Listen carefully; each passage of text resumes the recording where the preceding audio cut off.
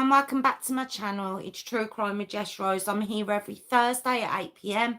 I'm here with stories you might not have heard of. Obviously, if you've got any requests, let me know. I'm also over on the TikTok, which is Jess Rose 5472. If you would like to join my Patreon, it's patreon.com/Jess Rose 5472. Or you could just like or subscribe. That'd be great. And now that we've got all that out of the way, I'm going to begin the story, which, as the title says, is the devastating. Now, it is spelled Eliza, but everywhere I've heard her name pronounced, it's Elisa. So we're going to go with Elisa Isquierdo. Oh, God, I've just butchered her surname. Do you know what, though? I'm not going to put on an accent to say her name. I'm not doing that. I find that so cringe when people do that. You can quite obviously hear I'm not Hispanic, so I'm not going to put on a fake accent for it either. So, okay, so let's begin. Okay, now Elisa is actually, let's begin. We'll begin with the parents first. Okay, so Awilda and Gustavo, who are our parents. So we have Awilda Lopez and Gustavo Isquierdo. Okay. They both met at a homeless shelter in 1987. Now, Gustavo was working there. He was working there as a cook. I've seen cook, I've seen chef, I've seen maintenance work, I've seen a few things. He might have done a few of those things, but he was working there, whereas Awilda was an actual resident. She struggled with, I believe her drug of choice was crack. It was New York in the 80s. So I believe that was her drug of choice at the time. Now, Awilda did have 2 kids from a previous relationship at this time. And she was a very heavy drug user, really heavy drug user, okay? And because of that, she had recently lost her 2 children when she met Gustavo, okay? Now, on the 11th of February 1989, little Elisa Isquierdo was born, okay? And this is, I might have just mentioned, it's New York, so it's obviously an American story, okay? Now, when little Elisa was born, she was born addicted to crack, okay? So, although Awilda had, when she got with Gustavo, she had, because she was in this shelter, she had got clean, but then she fell off the wagon, and yeah, so little Elisa was addicted to crack when she was born. Awful, okay? So this basically caused the 2 to break up, quite rightly, all right? And the custody of Elisa was awarded to Gustavo, all right? And he used to call her his little princess. And it said that if there was ever a man thrown in at the deep end, but who did everything he could to succeed at being a dad, Gustavo was that man, okay? He would speak to his colleagues. They helped him. They showed him what food to buy, what formula to buy, what nappies to buy, wipes. They really helped him out. He took parenting classes. He did everything for Elisa. He genuinely did. He doted on this little girl, okay? And he, like I say, he was doing really well at it as well. And it was said that he saw her as his little princess, and she filled that role very well. Very intelligent little thing, beautiful looking little girl. But yeah, and when you see her, she kind of had this air of, yes, I'm daddy's princess, and I'm set for life kind of thing. It was very sweet, to think that he was kind of thrown in that way. He wasn't expecting to be a single dad, and he was succeeding.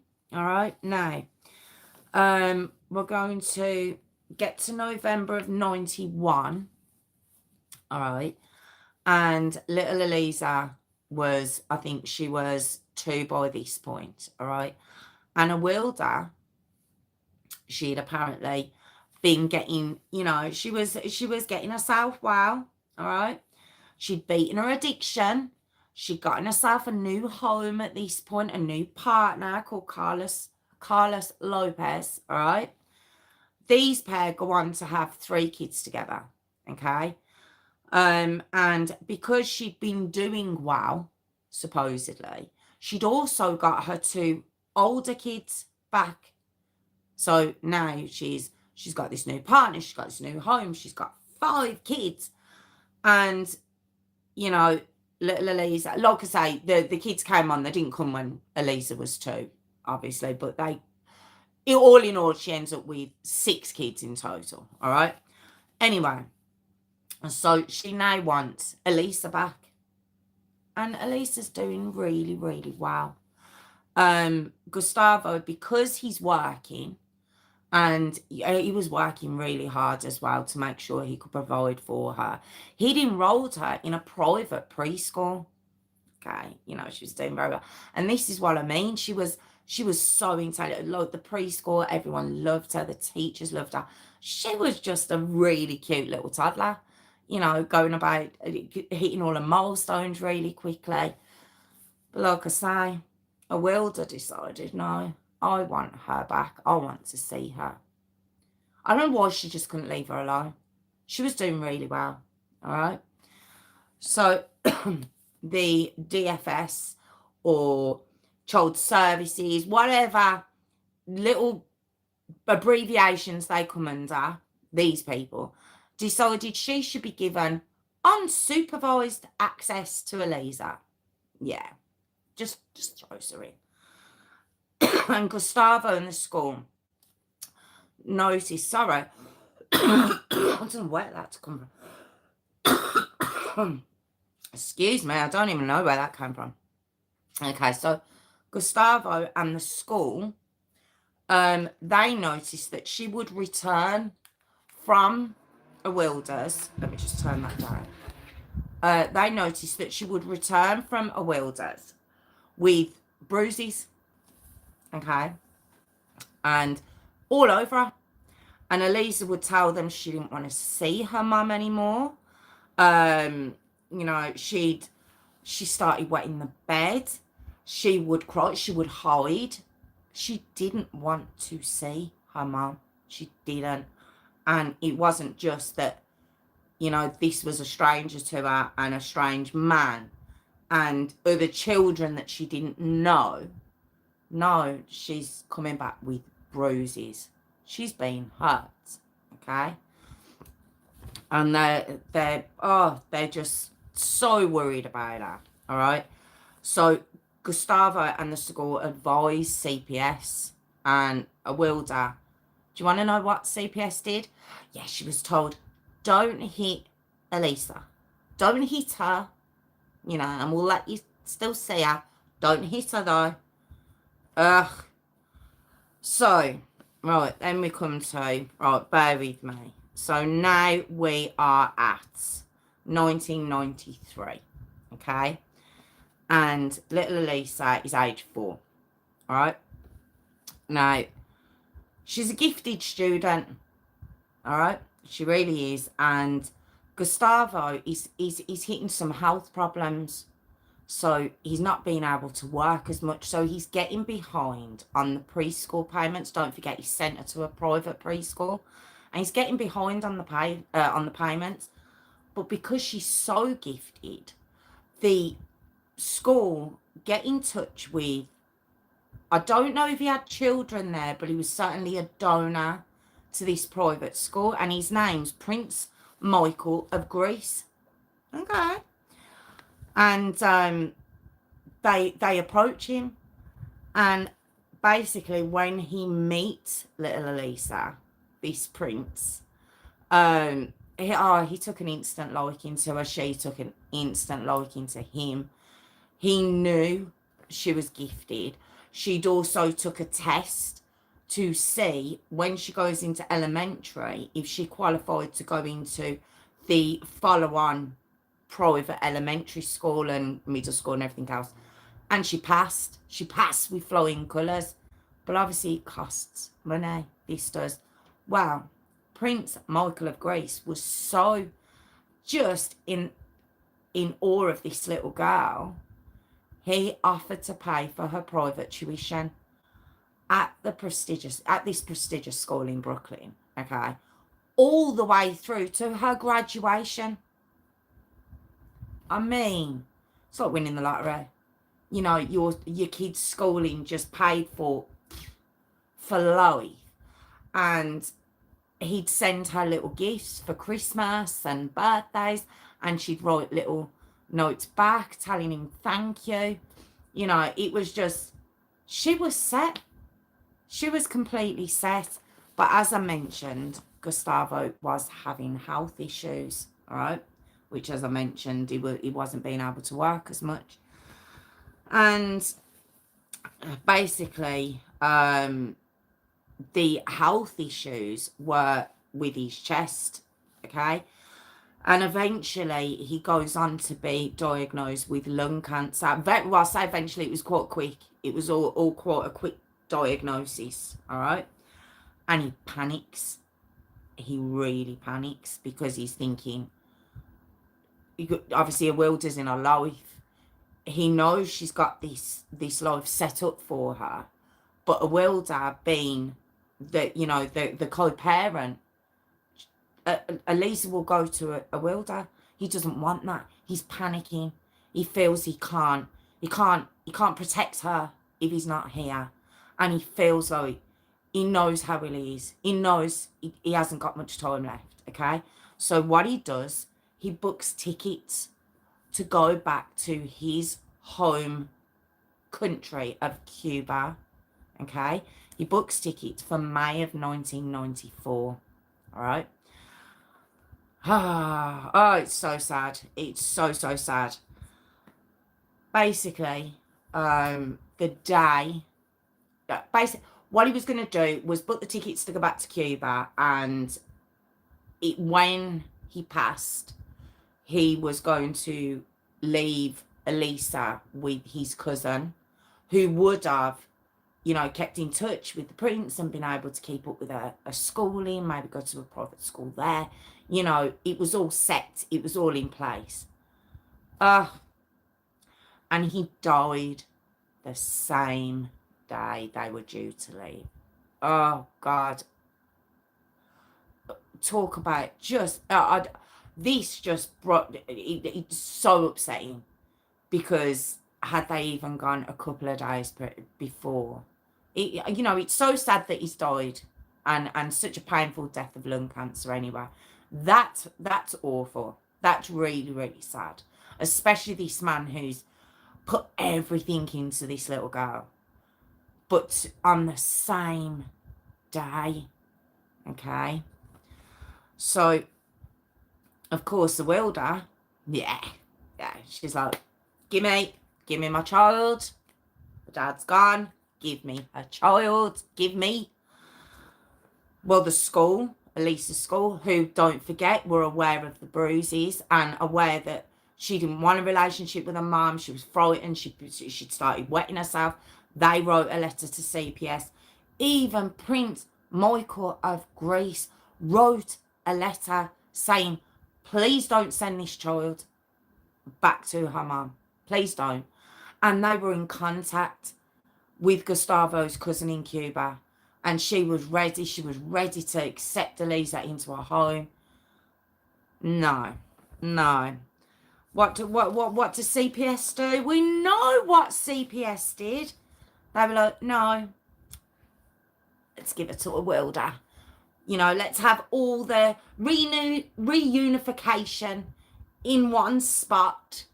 And now she has 6 children with her new husband in this new property that we know she's been beating this child in. We know, because we went to her and said, don't hit her anymore. Oh, poor Elisa. I just can't imagine. I can't imagine how this little girl, from this such quite a privileged, first few years, and set to be a very privileged life, and just thrown in to this chaos that is Awilda and Carlos's home. Oh, it's just such a shame. Now, Carlos himself, around this point, where he'd stabbed Awilda 17 times. There's not a lot said about that. He was locked up.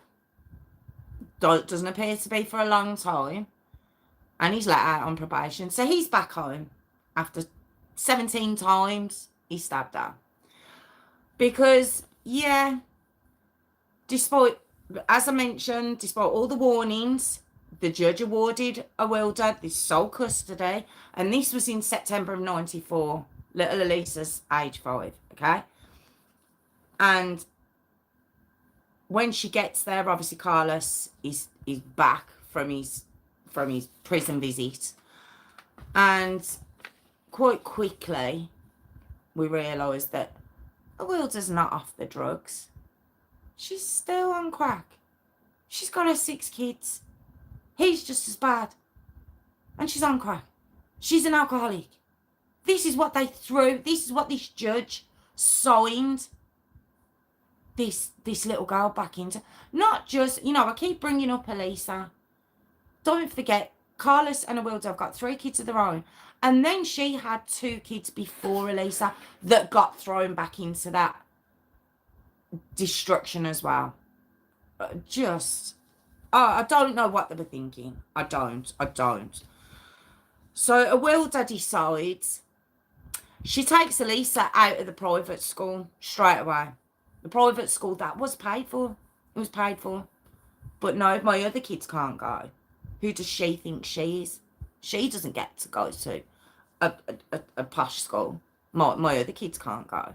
So she takes her out and she puts her straight into a nearby public school. Again, Elisa has, I'm assuming private school is quite different. I've heard it is. And she's 5 years old. She's just lost her dad, who she's not allowed to talk about, by the way.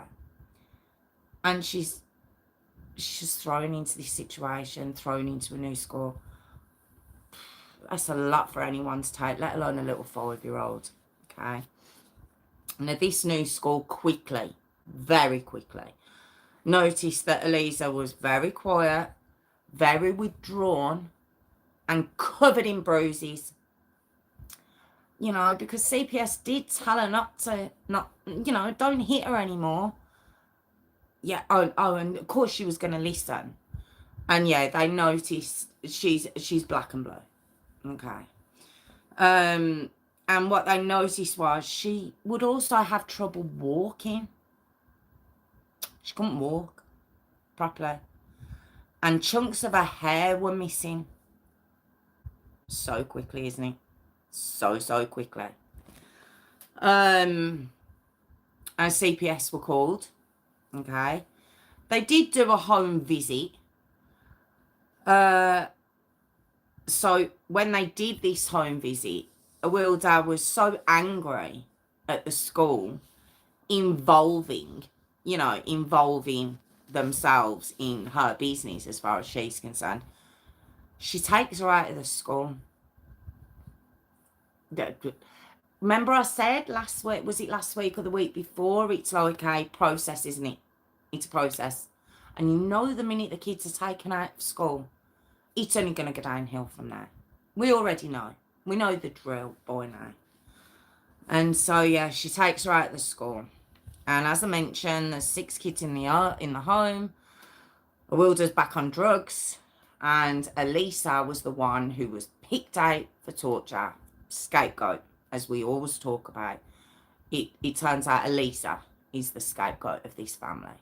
All right? So she was mostly locked in her bedroom for the most part. All right? With the other kids in the house told to ignore her. They weren't allowed to talk to her. They were allowed to go out and play. They were seen out playing. They were allowed to play in the house. She wasn't allowed to play. She wasn't allowed to talk. They certainly weren't allowed to talk to her. She was just supposed to be invisible, basically. She was supposed to be invisible, except when the neighbours would hear screams coming through the walls. And that was when she was being beaten. For nothing. For no reason. Nothing at all. And the neighbours would hear, Mummy, please stop. No more. I'm sorry. I'm sorry, Mum. And this is being screamed by a 5-year-old little girl. And the neighbours would hear this, and they would make reports to CPS. They weren't just ignoring it. But nothing was done. Nothing was done about it. You know, not interested. They've done their reunification. They've done their job. You know, another family back together. Let's pat each other on the back.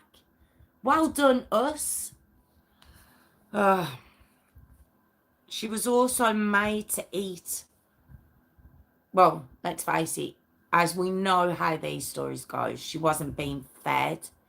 So she was being made to eat her own feces.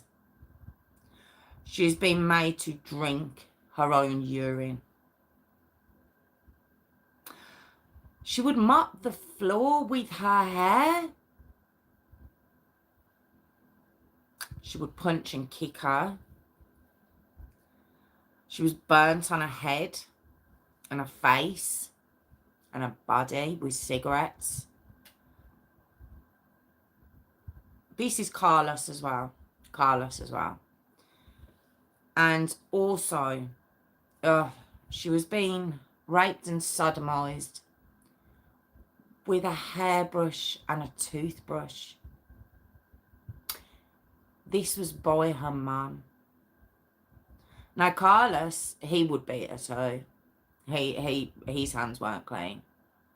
You know, sometimes you get the stepfather who is the culprit of it, and the mum sits back and watches, or vice versa. But no, poor Elisa, she had it from both. This poor little girl. And it said that her older siblings sometimes were made to beat her too. They didn't want to, but they were made to get involved as well. So now we get to November the 22nd of 1995. She's age 6.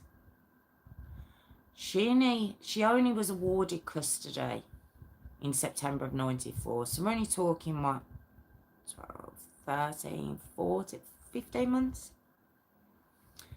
And a wielder calls her sister. Now, let me just backtrack a little bit here. Let me just go back a little bit.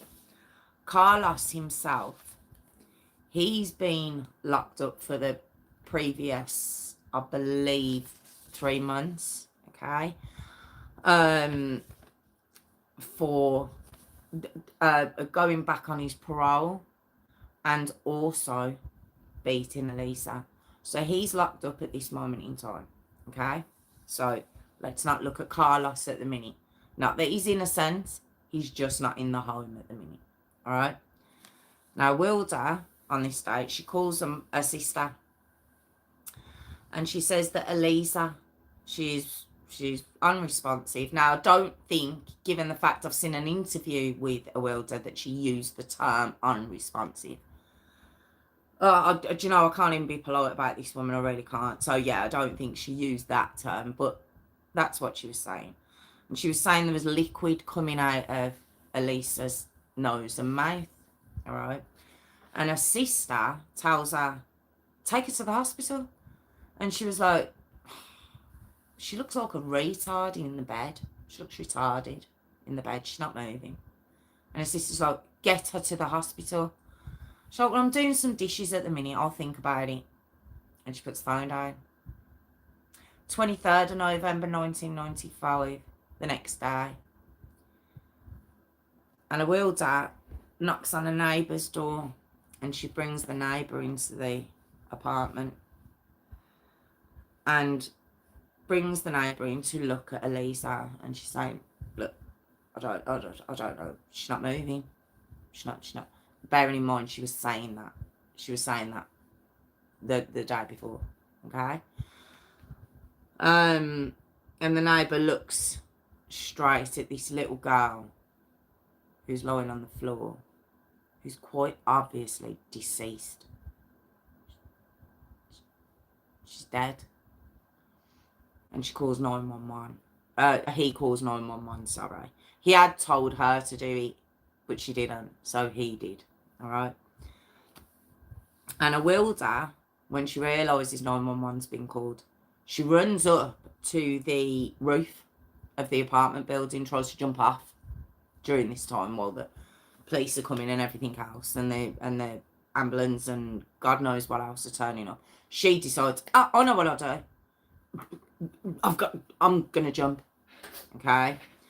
But the police pull her back. It doesn't happen, obviously, okay?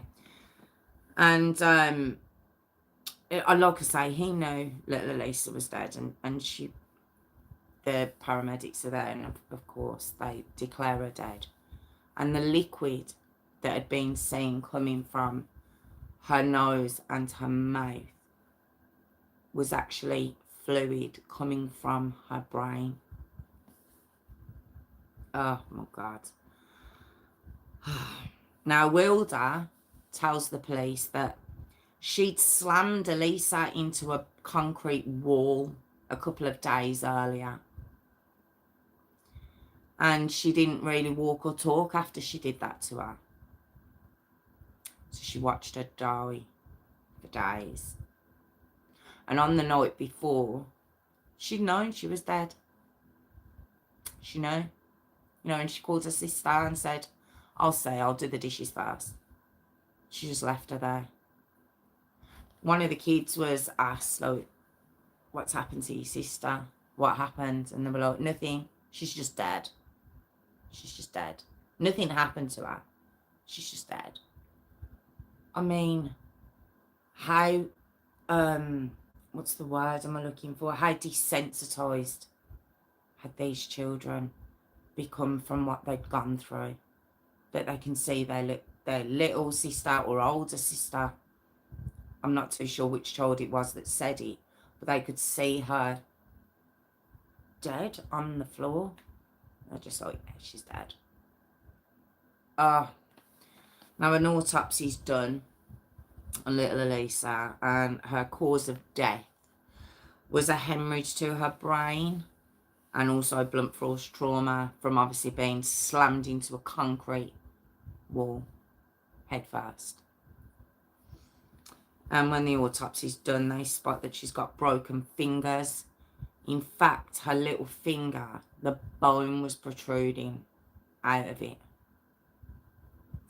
She had many, many internal injuries.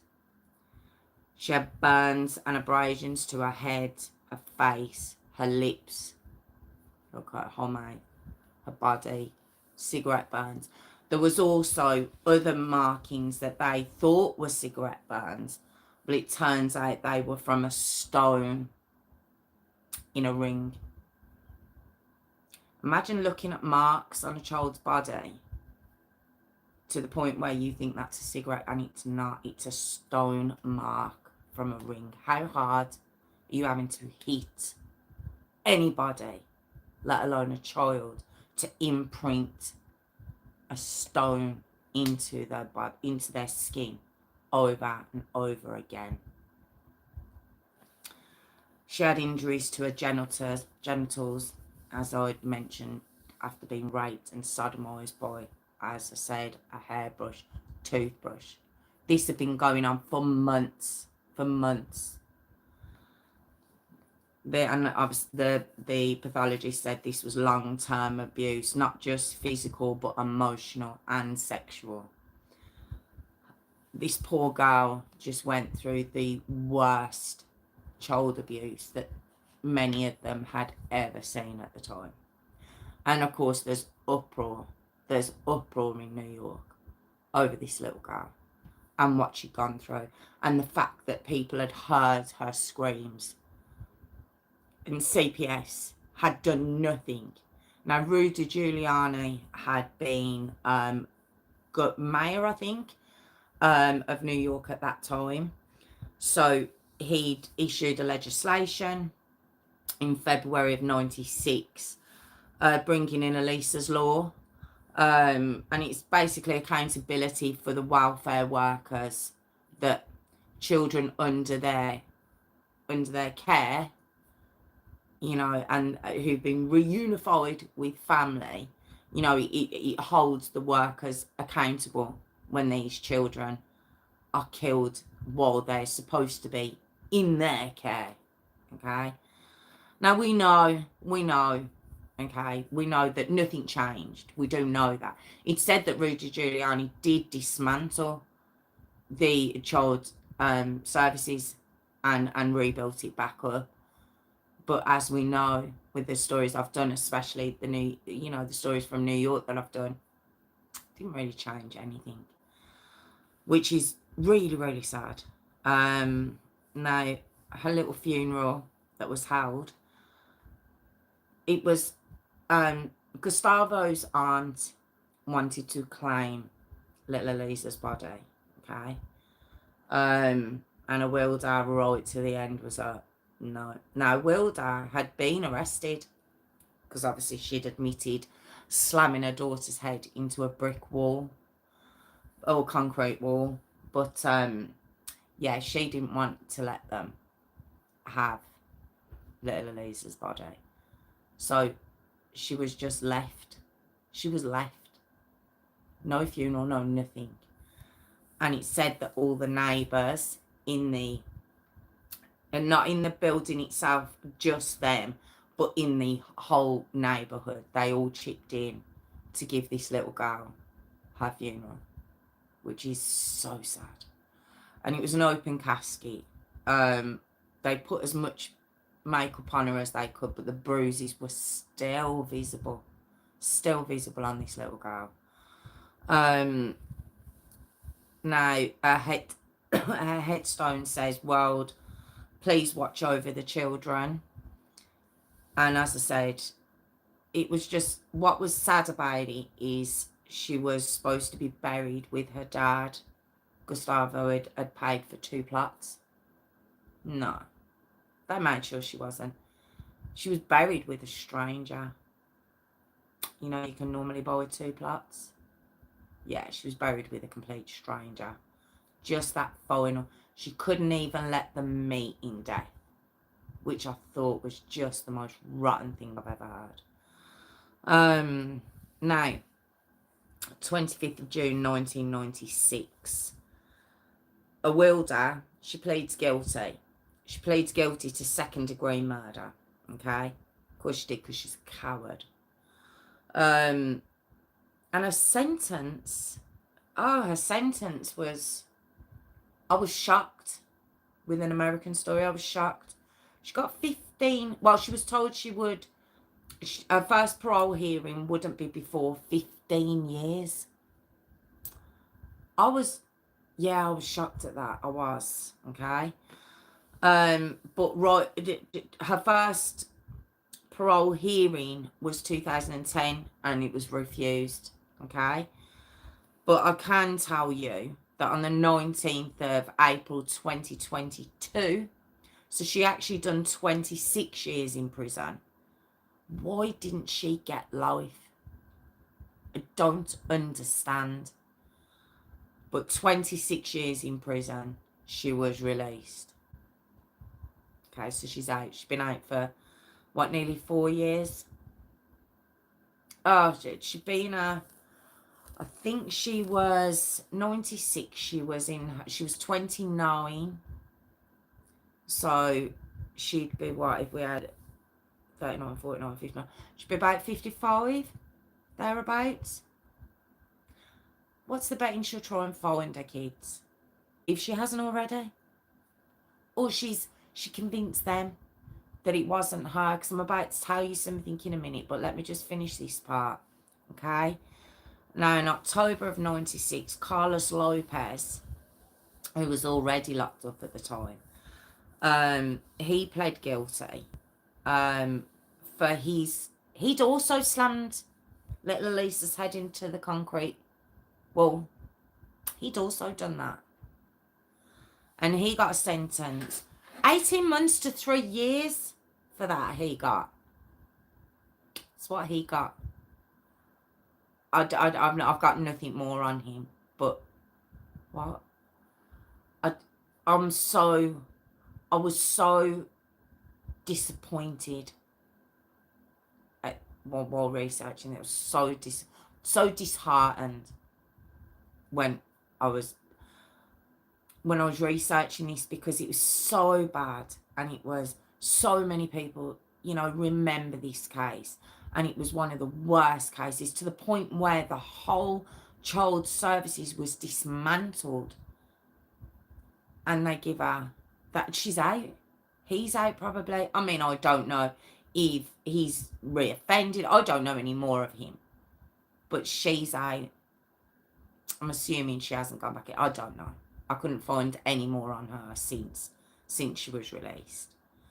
And the poor 5 kids that remember her two older, the 2 older siblings that were older than Elisa, and the 3 that were younger, they were all raised in separate homes. They went to separate foster homes. I don't know whether them being together would have been more damaging. I don't know. I don't know how that works. I don't know why they did that. I don't know why they separated them all. And it says that each one of them had severe emotional issues. No surprise when your mum's a demon. And the 3, your dad's also a demon. I felt very, very sorry for the siblings too, for what they went through. And like I say, how desensitized to just be like, yeah, don't know what happened. Nothing happened, she's dead. Very matter of fact, very monotone. Okay? So when I says I'll let you know a little bit more about Awilda, now obviously this isn't from after she's left prison. I don't know any more of her, but this was before she pled guilty. Okay? She was being held at Rikers Island, okay, when this happened. And there was a talk show host at the time. Well, there was a talk show at the time called Rolanda Watts Talk Show. And on the show it's R.O., just those 2 initials, but I believe the lady's name's Rolanda Watts. Okay. And she, as the talk show host, went into Rikers Island prison to do an interview with Awilda. Oh my God. You can see pictures of her and you're like, ugh. But then when you hear her, oh, it makes your skin crawl, because you think, you can see, sometimes when you do see these monsters talk, and they're putting on a front, because they don't act that way when they've been behind closed doors and they're beating these children. But you can imagine how they convince people that they're nicey Mary Poppins. Not this woman at all. Oh, she's rotten. Go and have a look. Please go and have a look. Like I say, this is 30 years ago, so the quality of the video is not great, but she's just vile. And here's a couple of the things that she said. The interview host, Rolanda, she was great. I thought she was really good. She was quite scathing. It's in 5 parts, about 8 or 9 minutes a piece. Okay. I think the reason it's in those parts is because of the break, so they've split it down into those parts. Whoever's uploaded it, I think it's her who's uploaded it, or the show. And the interview, she's going, yeah, I cry for my child. I love my daughter, and it's just, there's no feeling in it, and she's very aggressive. She's really aggressive in it. She doesn't make sense a lot of the time. Then she starts to say it wasn't her at all. She said, she changes the story a lot. She says it wasn't her, she was asleep. And it must have happened because she drank, so it must have happened while she was asleep. Then she says it was Carlos. Now remember, Carlos was in prison, so it couldn't have been him. Oh, she just, the stuff. She admits that she used to hit her, but she goes, I didn't murder her. I did used to hit her. I did hit her, but I didn't murder her. You know, when she was asked that the neighborhood, when they would see Elisa, they called her a walking dead child. I mean, that's horrific on its own. And apparently, yeah, they'd say she was so quiet and she was so withdrawn, and they knew something was wrong. And she was like, what do you think about that? What do you think about them calling your daughter? You know, they knew that. She was like, dismissed that kind of, but just got quite aggressive in it. Saying I didn't murder her. Like I say, I hit her, but I didn't murder her. And then she asks her, what would you say to Elisa if she was here? What if you could speak to her, what would you say? Do you know what she says? She goes, I've got to pay for murder. I didn't murder you. That's what she'd say to her. No, I'm sorry. I'm sorry for what I did. I didn't murder you, but I've got to pay for murder. And at the time, remember, she hasn't pled guilty. She's, you know, they're getting the case together. The trial hasn't happened. Nothing's happened. She's on, remand at Rikers Island. And she's obviously pleading, saying, you know, I didn't do it and everything else. And you just think, you are just vile. You are just the worst person. I didn't murder you. Yet you plead guilty. You plead guilty to it. Just, she's so away with the fairies. It's unbelievable. But please go and watch it, because I think to get an inkling, small inkling of maybe the monster she was and who Elisa had to deal with, I think it shows it slightly. I don't even know if she was trying to put on a front. It was just, it was surreal to watch. But that was the devastating Eliza Isquierdo story. Just so sad. Such a sad story. I've known about it for quite a long time. It was probably one of the earlier cases in New York. And as I said, you know, they supposedly dismantled the child services, and yet, how many stories have I done? How many cases have we come across in New York in the 90s, around that time period? There was so many. And it's just to think, I mean, Lisa Steinfeld, we have Miles Dobson, just so many. And right up to now, and not just New, obviously everywhere, we know it is, but I've never heard of the child services department being dismantled either, and just to be built back up to be more of the same, no protection for these children. Yeah, very sad. But thank you so much for joining me. I genuinely really appreciate it. Yeah, if you like it, I'd appreciate that too. But just thank you for joining me. And I will, yeah, I'll see you all soon. Take care. Thank you.